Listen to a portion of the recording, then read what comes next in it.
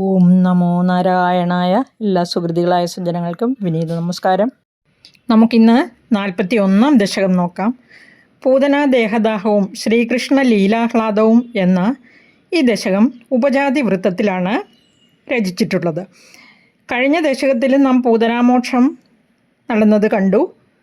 അതിനെ തുടർന്നുള്ള ഈ ദശകം ശ്രീമദ് ഭാഗവതം ദശമസ്കന്ധത്തിൽ 6-ാം അധ്യായം 31-ാം ശ്ലോകം മുതലാണ് വിവരിച്ചിട്ടുള്ളത്. നമുക്ക് 1-ാമത്തെ ശ്ലോകം നോക്കാം. വ്രജേശ്വര ശൗരിവചോ നിശമ്യ സമാവ്രജന്നധ്വനിഭീതചേതാഃ നിഷ്പിഷ്ടനിശേഷതരും നിരീക്ഷ്യ കഞ്ചിത് പദാർത്ഥം ശരണം ഗതസ്ത്വാം. ഈ പദങ്ങൾ ശ്രദ്ധിക്കൂ. ശൗരിവചോ എന്നത് ശൗരിവചഃ എന്നായി മാറും. അതുപോലെ തന്നെ സമാവ്രജൻ പ്ലസ് അധ്വനിയാണ് സമാവ്രജൻ അധ്വനി. ഗതഃ പ്ലസ് ത്വാമാണ് ഗതസ്ത്വാം. ശൗരിവചഃ നിശമ്യ വ്രജേശ്വരഃ ഭീതചേതാഃ സമാവ്രജൻ അധ്വനി നിഷ്പിഷ്ടനിശേഷതരും കഞ്ചിത് പദാർത്ഥം നിരീക്ഷ്യ ത്വാം ശരണം ഗതഃ. വ്രജേശ്വരഃ എന്ന് പറഞ്ഞിരിക്കുന്നു. വ്രജേശ്വരൻ, വ്രജത്തിൻ്റെ ഈശ്വരൻ, വ്രജത്തിലെ നായകൻ, അതായത് നന്ദഗോപർ. ശൗരിവചഃ ശൗരിയുടെ വാക്കുകൾ, അതായത് ശൂരസേനപുത്രനാണ് ശൗരി. വസുദേവർ, ആ വസുദേവരുടെ വാക്കുകൾ. ശൗരിവചോ നിശമ്യ നിശമ്യ കേട്ടിട്ട്, ഭീതചേതാഹ ഉള്ളിൽ തട്ടിയ ഭയത്തോടെ, വളരെയധികം ഭയമുണ്ടായി എന്നർത്ഥം. സമാവ്രജൻ അധ്വനി മടങ്ങി വരുന്ന വഴിക്ക്, നിഷ്പിഷ്ട നിശേഷതരും തരുക്കളെയെല്ലാം താഴെ വീഴ്ത്തി തവിടുപൊടിയാക്കി, അതായത് വഴിയിൽ കണ്ട മരങ്ങളെയെല്ലാം നശിപ്പിച്ചു എന്നേ അർത്ഥമുള്ളൂ. കഞ്ചിത് പദാർത്ഥം നിരീക്ഷ്യ ഏതോ ഒരു വസ്തു, ഇവിടെ ഏതോ ഒരു വസ്തുവിനെ കണ്ടിട്ട് എന്നാണ്, നിരീക്ഷ്യ കണ്ടിട്ട്. ഇവിടെ ഏതോ ഒരു വസ്തു എന്ന് ഉദ്ദേശിച്ചിരിക്കുന്നത് പൂതനയുടെ ശരീരമാണ്. അപ്പോൾ പൂതനയുടെ ശരീരം താഴെ വീണപ്പോൾ ആ വഴിയിൽ അവിടെ ചുറ്റുമുണ്ടായിരുന്ന മരങ്ങളുമെല്ലാം താഴെ വീണ് നിശേഷമായി തവിടുപൊടിയായി പോയി എന്നർത്ഥം. ത്വാം അങ്ങയെ ശരണം ഗതഃ ശരണം പ്രാപിച്ചു. ഭഗവാനെ, ഗുരുവായൂരപ്പ, അങ്ങയുടെ ആശ്രയത്തിനായി അങ്ങയെ ശരണം പ്രാപിച്ചു. ഇവിടെ വസുദേവരുടെ വാക്കുകൾ കേട്ടിട്ട് ഭയപ്പെട്ട മനസ്സോടുകൂടിയവനായ നന്ദഗോപർ ഗോകുലത്തിലേക്ക് പോകുന്ന വഴിയിൽ വലിയ വലിയ വൃക്ഷങ്ങളെല്ലാം കടപുഴകി കഷണം കഷണമായി കിടക്കുന്നത് കണ്ടിട്ട് എന്താണെന്നറിയാൻ ആകാംക്ഷയോടെ ചുറ്റും നോക്കി അങ്ങനെ മുന്നോട്ട് നടക്കുമ്പോൾ അതാ തൻ്റെ മുന്നിൽ ഒരു അസാധാരണമായ ഭീകരവസ്തു കിടക്കുന്നത് കണ്ടിട്ട് ഭയപ്പാടോടുകൂടി അങ്ങയെ ശരണം പ്രാപിച്ചു എന്ന് പറഞ്ഞിരിക്കുന്നു. ഗുരുവായൂരപ്പനോട് ശ്രീ മേൽപ്പുത്തൂർ പറയുകയാണ് ഇതെല്ലാം. ഈ 2-ാമത്തെ ശ്ലോകം നോക്കാം. നിശമ്യ ഗോപീവചനാദുദന്തം സർവേപി ഗോപാ ഭയവിസ്മയാന്ധാഃ ത്വത്പാതിതം ഘോരപിശാചദേഹം ദേഹുർവിദൂരേധകുഠാരകൃത്തം. സർവേ പ്ലസ് അപിയാണ് സർവേപി. ഗോപീവചനാത് പ്ലസ് ഉദന്തം ഗോപീവചനാദുദന്തം. ദേഹുഹു പ്ലസ് വിദൂരേ പ്ലസ് അധ ദേഹുർവിദൂരേധ. ഇനി നമുക്ക് പദങ്ങൾ നോക്കാം. സർവേ അപി ഗോപാഃ ഗോപീവചനാത് ഉദന്തം നിശമ്യ ഭയവിസ്മയാന്ധാഃ ത്വത്പാതിതം ഘോരപിശാചദേഹം അധ കുഠാരകൃത്തം വിദൂരേ ദേഹുഹു. ഇനി നമുക്ക് പദങ്ങളുടെ അന്വയം നോക്കാം. ഇവിടെ സർവേ അപി ഗോപാഹ എല്ലാ ഗോപന്മാരും, ഗോപീവചനാത് ഉദന്തം, ഉദന്തം വാർത്തയാണ്. ഗോപി, അതായത് ഗോപീവചനം എന്ന് പറഞ്ഞിരിക്കുന്ന ഗോപസ്ത്രീകൾ പറഞ്ഞ വാക്കുകളെല്ലാം നിശമ്യ കേട്ടിട്ട്, ഭയ വിസ്മയാന്ധാഹ ഭയപ്പെട്ടും അതിശയിച്ചും, വിസ്മയപ്പെട്ട് എന്ന് പറഞ്ഞാൽ അതിശയിച്ചിട്ട്, അന്ധാഹ അന്ധരായിപ്പോയി എന്ന് പറഞ്ഞാൽ അവർക്ക് മറ്റൊന്നും ഓർമ്മയുണ്ടായില്ല, അന്ധന്മാരെ പോലെ നിന്നുപോയി എന്നർത്ഥം. ത്വത്പാതിതം അങ്ങയാൽ വധിക്കപ്പെട്ട, ഘോര പിശാചദേഹം ഘോരമായ, അതായത് ഭീകരമായ ആ പിശാച ശരീരത്തെ അധ കുഠാരകൃത്തം, അധ അനന്തരം, കുഠാരം കഠാര പോലെയുള്ള ഒരു മഴു കൊടാലി അതുപോലെയുള്ള ആയുധത്തെയാണ്, അല്ലാതെ നമ്മൾ പറയുന്ന ചെറിയ കഠാരിയല്ല.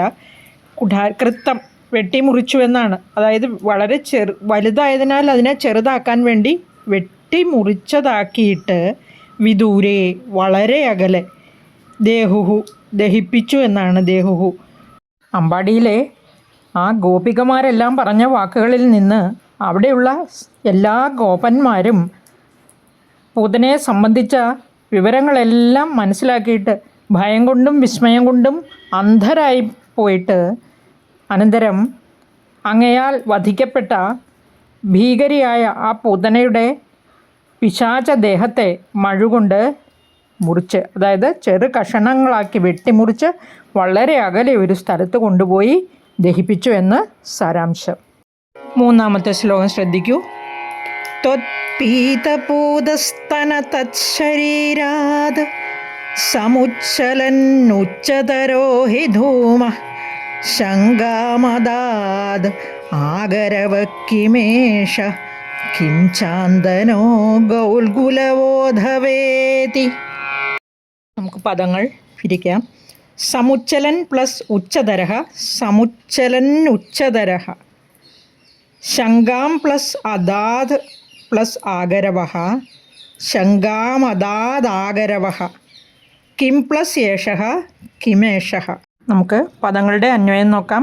ത്വത്പീതപൂതസ്തന തച്ഛരീരാത് സമുച്ചലൻ ഉച്ചതരഃ ധൂമഃ ഹി യേഷഃ ആഗരവഃ കിം ചാന്ദനഃ അഥവാ ഗൗൽഗുലവഃ ഇതി ശങ്കാം അദാത്. ത്വത്പീതപൂതസ്തന തച്ഛരീരാത്, അങ്ങയാൽ വലിച്ചു കുടിക്കപ്പെട്ട ആ സ്തനങ്ങൾ, അവളുടെ ആ ശരീരത്തിലെ സ്തനങ്ങളെയാണ് പറഞ്ഞിരിക്കുന്നത്. ആ സ്തനങ്ങളോട് കൂടിയ പൂതനയുടെ ശരീരത്തിൽ നിന്ന്, തത് ശരീരാത് എന്ന് പറഞ്ഞാൽ ആ ശരീരത്തിൽ നിന്ന്, സമുച്ചലൻ ഉച്ചതരഹ ധാരാളമായി പുറത്തേക്ക് അതായത് ഉയർന്നുയർന്ന് പൊങ്ങിപ്പോയി. നിങ്ങൾ ഇമാജിൻ ചെയ്താൽ മതി, പുക ഇങ്ങനെ മുകളിലേക്ക് ധാരാളമായി ഉയർന്നുയർന്ന് പൊങ്ങിയെന്നർത്ഥം. ധൂമഹാഹി, ആ പുകയാകട്ടെ, ധൂമം പുകയാണ്. യേഷഹ ആഗരവഹ കിം, അത് അഖിലിൻ്റെയാണോ? ആഗരവഹ കിം എന്ന് പറഞ്ഞാൽ അഖിലിൻ്റെയാണോ? ഒരു സുഗന്ധ ദ്രവ്യമാണ് അഖിൽ എന്ന് പറഞ്ഞാൽ, മരമാണ് അഖിൽ. കിം ചാന്ദനഹ, അതോ ചന്ദനത്തിൻ്റെയാണോ? അഥവാ ഗൗൽഗുലവഹ, ഗുൽഗുലുവിൻ്റെയാണോ? ഇത് ഈ പുക ഇങ്ങനെ ഉയർന്നു പൊങ്ങിയപ്പോൾ ചുറ്റുപാടും സുഗന്ധം വ്യാപിച്ചു. അത് എന്തിൻ്റെയാണ്? ഓരോ സുഗന്ധ വസ്തുക്കളുടെയും പേര് സൂചിപ്പിച്ചിരിക്കുകയാണ്. അഖിലിൻ്റെയാണോ, ചന്ദനത്തിൻ്റെയാണോ, അഥവാ ഗുൽഗുലുവിൻ്റെയാണോ എന്ന് ശങ്കിച്ചിരിക്കുകയാണ്. അത് ശങ്കയുണ്ടായി, സംശയമുണ്ടായി. ഇത് ഏത് വസ്തുവിൻ്റെയാണ് ഈ സുഗന്ധം എന്ന് ശങ്കയുണ്ടായി എന്ന് പറഞ്ഞിരിക്കുന്നു. ഭഗവാനെ, ഗുരുവായൂരപ്പ, അങ്ങയാൽ പാനം ചെയ്യപ്പെട്ടത്, അതായത് അങ്ങ് വലിച്ചു കുടിച്ച, അതിനാൽ തന്നെ പവിത്രമായി തീർന്ന, പരിശുദ്ധമായി തീർന്ന സ്ഥലങ്ങളോടുകൂടി അവളുടെ ശരീരത്തിൽ നിന്ന്, ആ ഭീകരവും ഘോരവുമായ ശരീരത്തിൽ നിന്ന് ഉയർന്നു വന്ന് വളരെ ഉയരത്തിലേക്ക് പൊങ്ങിക്കൊണ്ടിരിക്കുന്ന ആ പുക, അതിൽ നിന്നുയർന്ന സുഗന്ധം അഖിലിൻ്റെ പുകയാണോ? അതല്ല ചന്ദനത്തിൻ്റെയാണോ? അതല്ല ഗുൽഗുലുവിൻ്റെ പുകയാണോ? എന്നെല്ലാം ഇത് ഏതിൻ്റെ സുഗന്ധമാണ് എന്ന് സംശയത്തെ ആളുകളിൽ ഉണ്ടാക്കി എന്നർത്ഥം. അങ്ങനെ ഇവിടെ ഒരു സന്ദേശം എന്താണെന്ന് ചോദിച്ചാൽ, പൂതന നമുക്കറിയാം വളരെ അതായത് പിശാച സ്വഭാവത്തോടു കൂടിയവളാണ്, ദുഷ്ട സ്വഭാവത്തോടു കൂടിയവളാണ്. പക്ഷേ ആ ഭഗവാന്റെ സ്പർശനം കൊണ്ട്, ഭഗവാൻ സ്പർശിച്ച് ആ മുലകൾ വലിച്ചു കുടിച്ചതിനാൽ, ഭഗവാനാൽ വധിക്കപ്പെട്ടതിനാൽ അവളുടെ ശരീരത്തിൽ നിന്ന്, അവളിൽ നിന്ന് പാപങ്ങളെല്ലാം അകന്നു എന്നർത്ഥം. പാപങ്ങളെല്ലാം അകന്നു എന്ന് മാത്രമല്ല, അവളുടെ ശരീരം ദഹിപ്പിച്ചപ്പോൾ അതിൽ നിന്ന് സുഗന്ധം ഉയർന്നു പൊങ്ങി നാലുപാടും വ്യാപിച്ചു. അപ്പം ഭക്തന്മാർക്ക്, അത്രമാത്രം ദുഷ്ടപ്രവൃത്തി ചെയ്തുകൊണ്ടിരുന്ന പൂതനയ്ക്ക് അങ്ങനെ ഒരു പരമപദം പ്രാപിക്കാൻ സാധിച്ചുവെങ്കിൽ നിഷ്കാമ ഭക്തിയോടെ ഭജിക്കുന്ന ഭക്തന്മാർക്ക് എന്തു തന്നെ ലഭിക്കില്ല. അവരെല്ലാം പരമോന്നതമായ അതായത് പുനരാവർത്തിയില്ലാത്ത പരമപദത്തെ പ്രാപിക്കും എന്നാണ് ഇവിടെ സന്ദേശം നൽകിയിട്ടുള്ളത്. 4-ാമത്തെ ശ്ലോകം ശ്രദ്ധിക്കൂ. മദംഗസംഗസ്യ ഫലം ന ദൂരെ ക്ഷണേന താവത് ഭവതാമപി സ്യാത് ഇത്യുല്ലഭൻ വല്ലവതല്ലജേഭ്യസ്ത്വം പൂതനാമാതനുധാ സുഗന്ധിം. പദങ്ങൾ പിരിക്കുന്നത് എങ്ങനെയെന്ന് ശ്രദ്ധിക്കുക. പൂതനാം പ്ലസ് ആതനുധാഹ, പൂതനാമാതനുധാഹ. ഭവതാം പ്ലസ് അപിയാണ്, ഭവതാമപി. ഇതി പ്ലസ് ഉല്ലഭൻ, ഇത്യുല്ലഭൻ. വല്ലവതല്ലജേഭ്യ പ്ലസ് ത്വം, വല്ലവതല്ലജേഭ്യസ്ത്വം. ഇനി പദങ്ങളുടെ അന്വയം പറയാം. മദംഗസംഗസ്യ ഫലം ന ദൂരെ ഭവതാം അപി ക്ഷണേന താവത് സ്യാത് ഇതി വല്ലവതല്ലജേഭ്യഃ ഉല്ലഭൻ ത്വം പൂതനാം സുഗന്ധിം ആതനുധഃ. മദംഗസംഗസ്യ, എൻ്റെ ശരീരവുമായി സംഘമുണ്ടായതിൻ്റെ, അതായത് സമ്പർക്കമുണ്ടായതിൻ്റെ, കൂടിച്ചേർന്നതിൻ്റെ ഫലമായിട്ട്. ഫലം ന ദൂരെ, ആ ഫലം ന ദൂരെ, അകലെയല്ല എന്ന് പറഞ്ഞാൽ പെട്ടെന്ന് തന്നെ ഉണ്ടാകുന്നതാണ് അതിൻ്റെ ഫലം എന്നാണ്.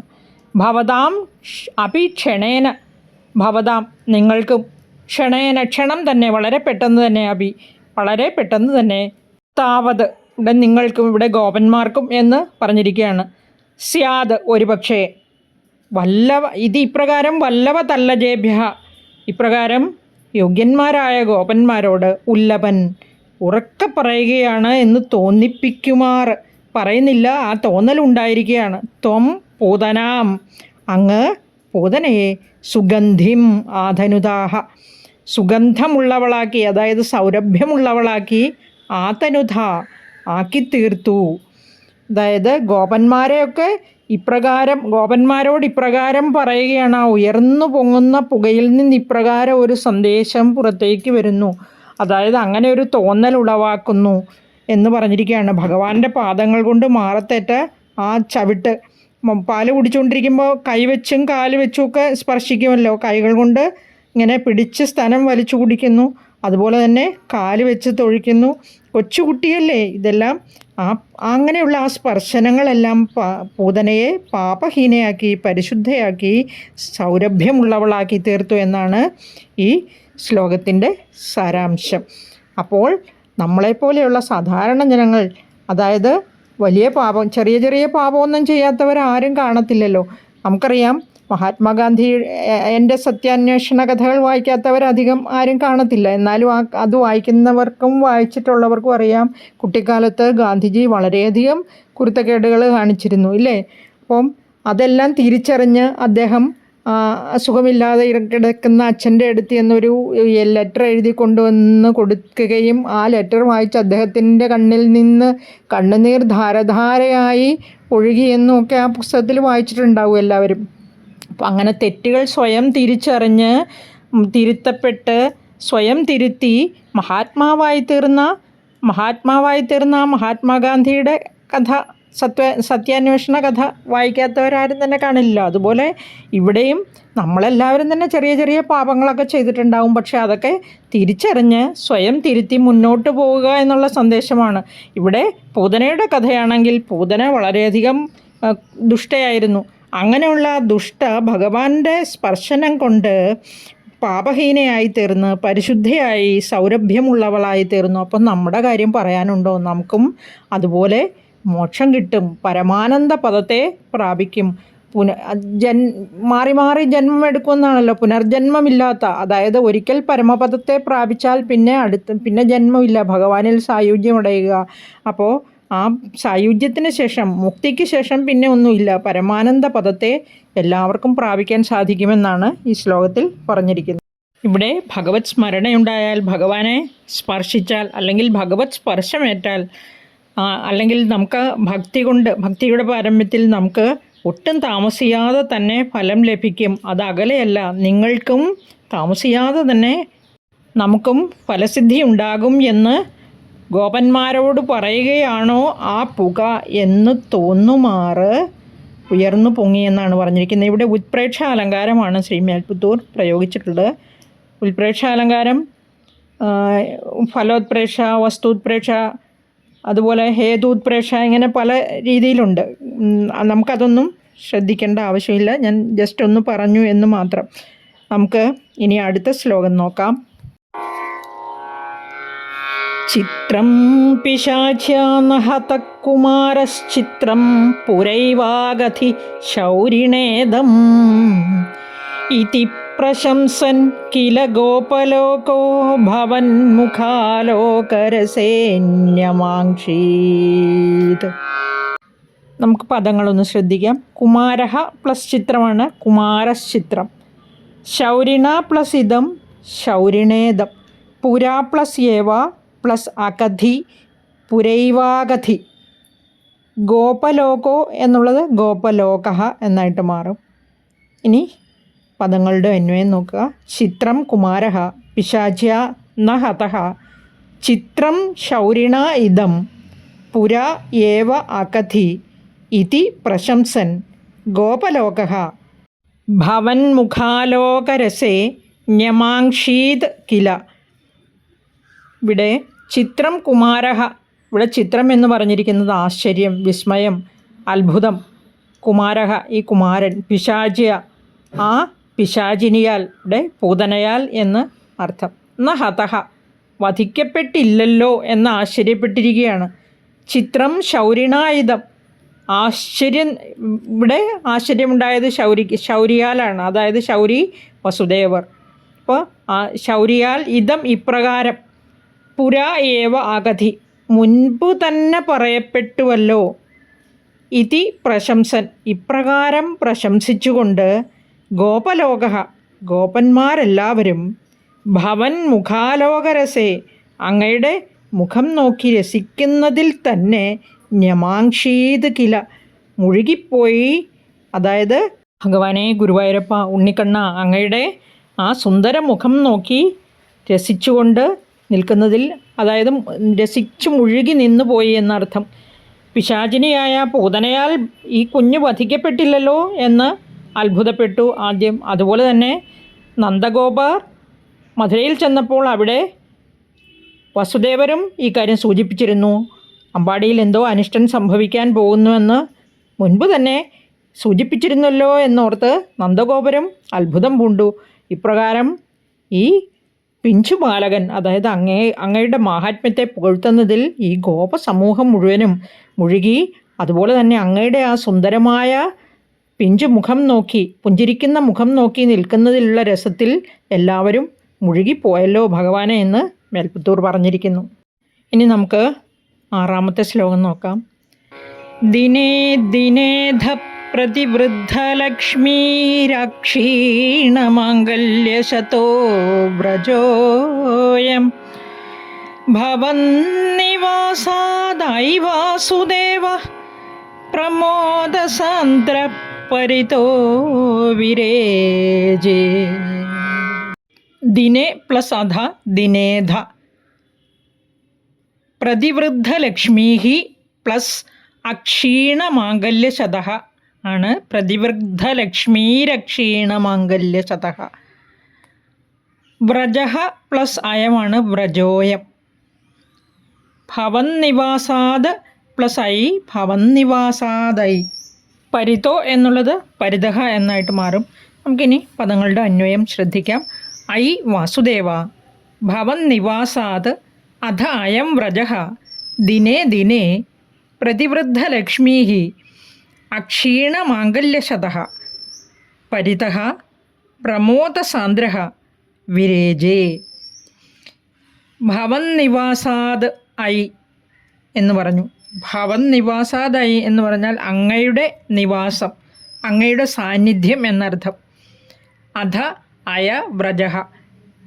അനന്തരം ആ വ്രജം, അതായത് ഗോകുലം, അമ്പാടി, അങ്ങയുടെ നിവാസം കാരണം ആ ഗോകുലം. ഐ വാസുദേവ അലയോ വാസുദേവ, വസുദേവൻ്റെ പുത്രനായതുകൊണ്ടാണ് വാസുദേവൻ എന്ന് വിളിക്കുന്നത്. ദിനേ ദിനേ എന്ന് പറഞ്ഞാൽ ദിനം തോറും, പ്രതിദിനം, അടിക്കടി പ്രതിവൃദ്ധലക്ഷ്മി, അടിക്കടി ലക്ഷ്മി ദേവി വർദ്ധിച്ചു വന്നുവെന്ന് പറഞ്ഞാൽ എന്താണ്? ഇവിടെ ഐശ്വര്യം വർദ്ധിച്ചു വരുന്നു, വർദ്ധിച്ചു വരുന്ന ഐശ്വര്യത്തോടു കൂടിയതായിട്ട്. അക്ഷീണമാംഗല്യശതഃ, അതുപോലെ തന്നെ ക്ഷീണം തട്ടാത്ത, ഒരിക്കലും ക്ഷീണിക്കാത്ത എന്ന് പറഞ്ഞാൽ വളരെയധികം ശക്തിയോടു കൂടിയിരിക്കുന്ന. മാംഗല്യശതഃ എന്ന് പറഞ്ഞാൽ ശതം, നൂറുകണക്കിന് മംഗളവസ്തുക്കളോട് കൂടിയതായിട്ടും തീർന്നു. അതായത് ഐശ്വര്യം കുമിഞ്ഞു കൂടിക്കൊണ്ടിരുന്നു അങ്ങയുടെ നിവാസം കാരണം, അങ്ങയുടെ സാന്നിധ്യം കാരണം എന്ന് അർത്ഥം. പരിതഃ, എല്ലായിടവും. പ്രമോദസാന്ദ്രഃ, പരമാനന്ദം നിറഞ്ഞതായിട്ട്. വിരേജേ, വിളങ്ങി, ശോഭിച്ചു എന്നർത്ഥം. അല്ലയോ വാസുദേവ, വസുദേവപുത്രനായ വാസുദേവ, അങ്ങയുടെ താമസം നിമിത്തം അങ്ങേ ഗോകുലത്തിൽ അങ്ങ് താമസമാക്കിയല്ലോ. ദിവസം തോറും വർദ്ധിച്ചു വരുന്ന സകല ഐശ്വര്യങ്ങളോട് കൂടിയതും അതുപോലെ തന്നെ ക്ഷീണം തട്ടാത്ത, ക്ഷയിക്കാത്ത, അക്ഷയമായ നൂറുകണക്കിന് മംഗലവസ്തുക്കളോട് കൂടിയതും ആയി ഈ ഗോകുലം ഭാവിച്ചു. എങ്ങും നിറഞ്ഞു നിൽക്കുന്ന ആനന്ദത്തോടു കൂടിയതായി ഈ ഗോകുലം ശോഭിച്ചു എന്നാണ് ഈ 6ാമത്തെ ശ്ലോകത്തിൻ്റെ സാരം. നമുക്കിനി 7ാമത്തെ ശ്ലോകം നോക്കാം. ഗൃഹേഷു തേ കോമളരൂപഹാസമിധ കഥാസങ്കുലിതാ കമന്യ വൃത്തേഷു കൃത്യേഷു ഭവന്നിരീക്ഷാ സമാഗതാ പ്രത്യഹമത്യനന്ദൻ. പദങ്ങൾ വിരിച്ചു പറയാം. പ്രതി അഹം ആണ് പ്രത്യഹം, പ്രതി പ്ലസ് അഹം പ്രത്യഹം, പ്രതി പ്ലസ് അഹം പ്ലസ് അത്യനന്ദൻ, പ്രത്യഹം അത്യനന്ദൻ. ഇനി നമുക്ക് പദങ്ങളുടെ അന്വയം നോക്കാം.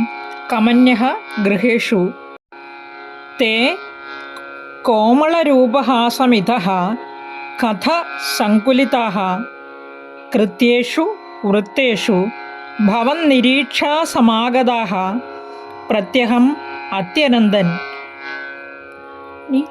കമന്യഃ ഗൃഹേഷു എന്ന് പറഞ്ഞാൽ ഗോപസ്ത്രീകൾ അവരവരുടെ വീടുകളിൽ. തേ കോമളരൂപഹാസം, അങ്ങയുടെ അത്യധികം കോമളമായ മനോഹരമായ രൂപവും ചിരിയും പുഞ്ചിരിയും ഹാസം. ഇധ കഥസങ്കുലിതാഃ, ഇപ്രകാരമുള്ള കഥകൾ പരസ്പരം സംസാരിക്കുന്നവരായിട്ട്. കൃത്യേഷു വൃത്തേഷു, കൃത്യങ്ങളെല്ലാം എന്ന് പറഞ്ഞാൽ അവരുടെ ഗൃഹജോലികൾ, അവരുടെ കർത്തവ്യങ്ങളെല്ലാം നിർവഹിച്ചിട്ട് ഭവൻ നിരീക്ഷാ സമാഗതാഃ, അവിടുത്തെ നിരീക്ഷിക്കുന്നതിനായി, അതായത് കാണുന്നതിനായി വന്നു ചേരുന്നവരും ആയിത്തീർന്നു. പ്രത്യഹം അത്യനന്ദൻ, പ്രതിദിനം ഏറ്റവും ആനന്ദിച്ചു എന്നാണ്. പ്രതിദിനം ആനന്ദിച്ചു എന്ന് പറയാൻ കാരണം ഇവരെല്ലാവരും പെട്ടെന്ന് അവരവരുടെ ജോലികളെല്ലാം തീർത്ത് വെച്ചിട്ട് ഉണ്ണിക്കണ്ണനെ കാണാനായി നന്ദഗോപരുടെ വസതിയിലേക്ക് എത്തിച്ചേരാൻ തിടുക്കം പൂണ്ടു. എല്ലാവരും അവരവരുടെ വീടുകളിൽ ഇരുന്നു കൊണ്ട് അങ്ങയുടെ കോമളമായ ആകൃതിയും അതുപോലെ പുഞ്ചിരിയും അന്യോന്യം സംസാരിക്കുന്നതിൽ അവരുടെ വിഷയം തന്നെ ഉണ്ണിക്കണ്ണൻ്റെ ഈ ചിരിയും രൂപവും വികൃതികളും ഒക്കെ ആയിരുന്നു എന്നർത്ഥം. അതുപോലെ തന്നെ ഈ ഗോപസുന്ദരിമാരാകട്ടെ അവരവരുടെ ഗ്രഹങ്ങളിലെ ജോലിയെല്ലാം കഴിഞ്ഞാൽ അങ്ങയെ കാണുവാനായി ഓടിയെത്തുന്നതിലാണ് സന്തോഷിച്ചിരുന്നത്. ആ പ്രവൃത്തിയിൽ അവർ വളരെയധികം സന്തോഷിച്ചിരുന്നു എന്ന് സാരം. ഇനി 8ാമത്തെ ശ്ലോകം ശ്രദ്ധിക്കൂ. അഹോ കുമാരോ മയി ദത്തദൃഷ്ടിസ്മിതം കൃതം മാം പ്രതിവത്സകേന യേഹേഹി മാമിത്യുപസാര്യപാണി ത്വയീശ കിം കിം ന കൃതം വധൂപി. ഏഹി പ്ലസ് ഏഹിയാണ് ഏഹ്യേഹി. മാം പ്ലസ് ഇതി പ്ലസ് ഉപസാര്യ മാമിത്യുപസാര്യ. ത്വയി പ്ലസ് ഈശ ത്വയീശ. നമുക്ക് മറ്റു പദങ്ങളുടെ അന്വയം നോക്കാം. അഹോ കുമാരഃ മൈ ദത്തദൃഷ്ടി വത്സകേന മാം പ്രതി സ്മിതം കൃതം മാം ഏഹി മാം ഏഹി ഇതി പാണീ ഉപസാര്യ. ഹേ ഈശ ത്വയി വധൂഭിഃ കിം കിം ന കൃതം. ഇവിടെ അഹോ എന്ന് പറഞ്ഞിരിക്കുന്ന ആശ്ചര്യത്തെ സൂചിപ്പിക്കുന്നതാണ്. അഹോ, എന്താ ആശ്ചര്യം. കുമാരഃ, കുമാരൻ, മൈ ദത്തദൃഷ്ടി എന്ന് പറഞ്ഞാൽ എന്നിലാണ് ദൃഷ്ടി ഉറപ്പിച്ചിരിക്കുന്നതെന്ന് പറഞ്ഞാൽ എന്നെ നോക്കുന്നു. നമ്മൾ പറയത്തില്ല അവൻ എന്നെ തന്നെയാണ് നോക്കുന്നത്. ഇവിടെ ആശ്ചര്യം, എന്താ ആശ്ചര്യം എന്ന് പറയൂ. ഇത് ആ കുമാരൻ എന്നിൽ തന്നെയാണ് ദൃഷ്ടി ഉറപ്പിച്ചിരിക്കുന്നതെന്ന് പറഞ്ഞാൽ എന്നെ നോക്കിയിരിക്കുകയാണ്, എന്നെ തന്നെയാണ് നോക്കുന്നത്. വത്സകേന മാം പ്രതി സ്മിതം കൃതം. അടുത്തയാൾ പറയും അവൻ എന്നെ നോക്കി തന്നെയാണ് ചിരിക്കുന്നത്. സ്മിതം കൃതം എന്ന് പറഞ്ഞാൽ കൃതം എന്ന് പറഞ്ഞാൽ ചെയ്യുക എന്നാണ് ഇവിടെ. അപ്പോൾ ആ ചെയ്യുന്നത് ചിരിക്കുക എന്നുള്ള അർത്ഥമാണ്. എന്നെ നോക്കി ചിരിക്കുന്നു. മാം യേഹി മാം യേഹി, എൻ്റെ അടുത്തേക്ക് വരൂ, എൻ്റെ അടുത്തേക്ക് വരൂ. അല്ലെങ്കിൽ എനിക്ക് തരൂ, എനിക്ക് തരൂ എന്ന് പറയില്ലേ, ദേഹി തരൂ എന്നാണ്. ഏഹി, എൻ്റെ അടുത്തേക്ക് വരൂ. ഇതി പാണി ഉപസാര്യ, അതായത് പാണി കൈകളാണ്. ഇപ്രകാരം കൈകൾ വിരുത്തിക്കൊണ്ട്, അതായത് ഉപസാര്യ എന്ന് പറഞ്ഞാൽ കുഞ്ഞിനെ എടുക്കാൻ വേണ്ടി 2 കൈകളും നീട്ടുകയില്ലേ, അതാണ് പാണി ഉപസാര്യ. കുഞ്ഞിനെ എടുക്കാനായി എൻ്റെ അടുത്തേക്ക് വരൂ മോനെ എന്ന് പറഞ്ഞ് കൈ നീട്ടിക്കൊണ്ട് ഈശ ത്വയി വധൂഭിഹി, ഈശ്വര ഭഗവാനെ അങ്ങയുടെ വിഷയത്തിൽ ഈ ഗോപസ്ത്രീകൾ കിം കിംന്ന കൃതം, എന്തൊക്കെ കാട്ടിയില്ല, എന്തൊക്കെ ചെയ്തില്ല എന്ന് പറഞ്ഞാൽ അങ്ങയെ ഒന്ന് എടുക്കാൻ വേണ്ടി, അങ്ങയെ ദർശിക്കാൻ വേണ്ടി എന്തെല്ലാം ചെയ്തു കൂട്ടിയില്ല. അതായത് അവനവനാൽ കഴിയുന്നതെല്ലാം ചെയ്തു എന്നർത്ഥം. നോക്കി, ഈ കുഞ്ഞ് എന്നെ തന്നെ നോക്കിയിരിക്കുകയാണ്. ഇവൻ എന്നെ തന്നെ ഉദ്ദേശിച്ചാണ് പുഞ്ചിരിക്കുന്നത്. എൻ്റെ അടുത്തേക്ക് വരൂ, എൻ്റെ അടുത്തേക്ക് വരൂ എന്ന് പറഞ്ഞുകൊണ്ട് 2 കൈകളും നീട്ടി, അല്ലയോ ജഗന്നാഥ ഭഗവാനെ, അങ്ങയിൽ ഗോപസുന്ദരിമാരാൽ എന്തെന്ത് ചെയ്യപ്പെട്ടില്ല. അതായത് കുഞ്ഞിനെ എടുത്ത് എന്ത് ചെയ്യും, ആലിംഗനം ചെയ്യും, അതായത് കെട്ടിപ്പിടിക്കും, ഉമ്മ വയ്ക്കും, എന്തെല്ലാം കാണിക്കും, വാത്സല്യം സൂചിപ്പിക്കാനായിട്ടല്ലേ. അങ്ങനെ ഇവിടെ പറഞ്ഞിരിക്കുകയാണ് മേൽപ്പത്തൂർ. ഇനി 9ാമത്തെ ശ്ലോകം ശ്രദ്ധിക്കൂ. ഭവദ്വപുസ്പർശന കൗതുകേന കരാത്കരം ഗോപവധൂജനേന നീതസ്ത്വമാതാമ്രസരോജമാലാവ്യാലംബിലോലംബതുലാമലാസീ. ഈ വാക്കുകളൊന്ന് ശ്രദ്ധിക്കൂ. ഭവത് പ്ലസ് വപുഹു, ഭവത് വപുഹു. നീതഃ പ്ലസ് ത്വം ആണ് നീതസ്ത്വം. ആതാമ്ര സരോജമാലാവ്യാലംബിലോലംബതുലാം പ്ലസ് അലാസിഹിയാണ്. ആതാമ്ര സരോജമാലാവ്യാലംബിലോലംബതുലാമലാസി. അവിടെ ആം അലാസി അത് യോജിപ്പിച്ചിരിക്കുന്നത് ശ്രദ്ധിക്കുക. ആ സന്ധി ഇവിടെ ഇതെല്ലാം കൂടി വലിയ ഒരു വാക്കാണ്. ഇനി പദങ്ങളുടെ അന്വയം ശ്രദ്ധിക്കാം. ഭവത് വപു സ്പർശന കൗതുകേന ഗോപീജനേന കരാത്കരം നീതഃ ത്വം ആതാമ്ര സരോജമാലാവ്യാലംബിലോലംബതുലാം അലാസി.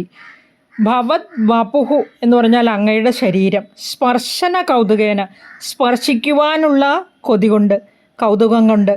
ഗോപീജനേന കരാത്, ഗോപീജനങ്ങൾ കരാത് കരങ്ങളാൽ, കൈകളാൽ. അതായത് ഗോപസ്ത്രീകളിങ്ങനെ എൻ്റെ അടുത്തേക്ക് വരൂ, എൻ്റെ അടുത്തേക്ക് വരൂ എന്ന് പറഞ്ഞ് മാറി മാറി എടുക്കാൻ ശ്രമിക്കുമായിരുന്നല്ലോ. അപ്പോൾ ഓരോരുത്തരും മാറി മാറി എടുക്കുകയാണ്. നീതഃ ത്വം, അവിടുന്ന്. ആതാമ്ര സരോജമാലാവ്യാലംബിലോലംബതുലാമലാസി. ഇവിടെ ഇളം ചുവപ്പ് നിറത്തോടു കൂടിയ താമരപ്പൂക്കളുടെ നിര, അതിൽ പറന്നെത്തുന്ന കരിവണ്ടിയെ ആണ് ഭഗവാനിൽ കണ്ടത്. അതായത് ശ്യാമവർണ്ണമാർന്ന ഉണ്ണിക്കണ്ണൻ ഒരു വണ്ടിനെ പോലെ ആ ഗോപസ്ത്രീകളുടെ കൈകളിൽ മാറി മാറി ഇങ്ങനെ വിളങ്ങിയെന്നാണ്. ഓരോ ഗോപസ്ത്രീയും ഭഗവാന്റെ സൗരഭ്യം എന്ന് പറയാൻ പറ്റില്ല അല്ലേ, സൗരഭ്യം ഉണ്ടായിരിക്കും എന്തായാലും. ഇവിടെ ദേഹത്തിൻ്റെ ആ പ്രകൃതി, ആകൃതിയും പ്രകൃതിയും അതുപോലെ കോമളത്വവും ഓമനത്വവും ഒക്കെ കാരണം ഒന്നെടുക്കാൻ വേണ്ടി ഇങ്ങനെ കൊതിച്ചുകൊണ്ടിരുന്നു. അങ്ങനെ ഭഗവാൻ ഒരുവളുടെ കയ്യിൽ നിന്ന് മറ്റൊരു ഗോപസ്ത്രീയുടെ കയ്യിലേക്ക്, അവിടെ നിന്ന് വേറൊരു ഗോപസ്ത്രീയുടെ കയ്യിലേക്ക്, ഇങ്ങനെ ഗോപികന്മാരുടെ കൈകളിൽ മാറി മാറി ഇങ്ങനെ കാണപ്പെട്ട കണ്ണനെ വിരിഞ്ഞു നിൽക്കുന്ന ചെന്താമരപ്പൂക്കളുടെ ആ നിരയിൽ ഒന്നിൽ നിന്ന് മറ്റൊന്നിലേക്ക് എന്ന പോലെ പാറിപ്പറക്കുന്ന കരിവണ്ടിനോട് ഉപമിച്ചിരിക്കുകയാണ്. നമുക്കിനി 10ാമത്തെ ശ്ലോകം, അതായത് ഈ ദശകത്തിലെ അവസാനത്തെ ശ്ലോകം ശ്രദ്ധിക്കാം.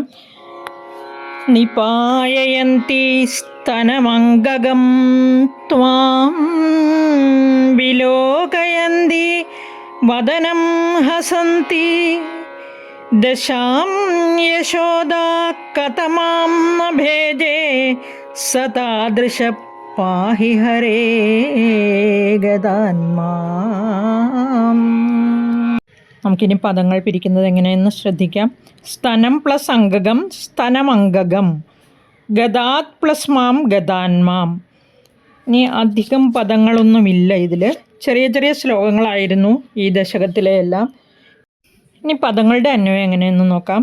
ത്വാം അംഗകം സ്തനം നിപായന്തി വദനം വിലോകയന്തി ഹസന്തി യശോദ കതമാം ദശാം ന ഭേജേ ഹരേ താദൃശഃ സഹ ഗദാദ് മാം പാഹി.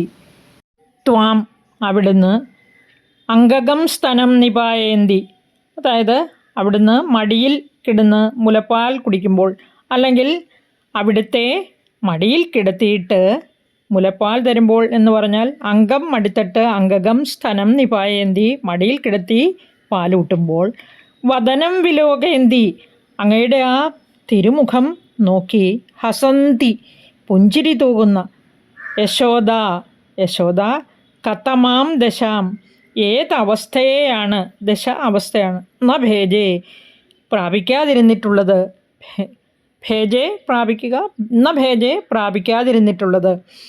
അതായത് ആനന്ദാനുഭൂതിയുടെ എല്ലാ അവസ്ഥകളെയും പ്രാപിച്ചിരുന്നു എന്നർത്ഥം. ഹരേ താദൃശഃ സഹ അപ്രകാരമുള്ള ഗുരുവായൂരപ്പ അവിടുന്ന് ഗദാദ് മാം പാഹി എന്നെ രോഗത്തിൽ നിന്നും രക്ഷിക്കണമേ.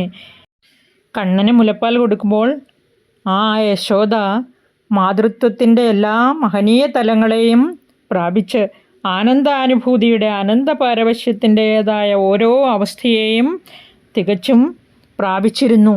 എല്ലാ ആനന്ദ അനുഭൂതിയും യശോദയ്ക്കുണ്ടായിരുന്നു എന്നാണ് ഈ ശ്ലോകത്തിൻ്റെ സാരം.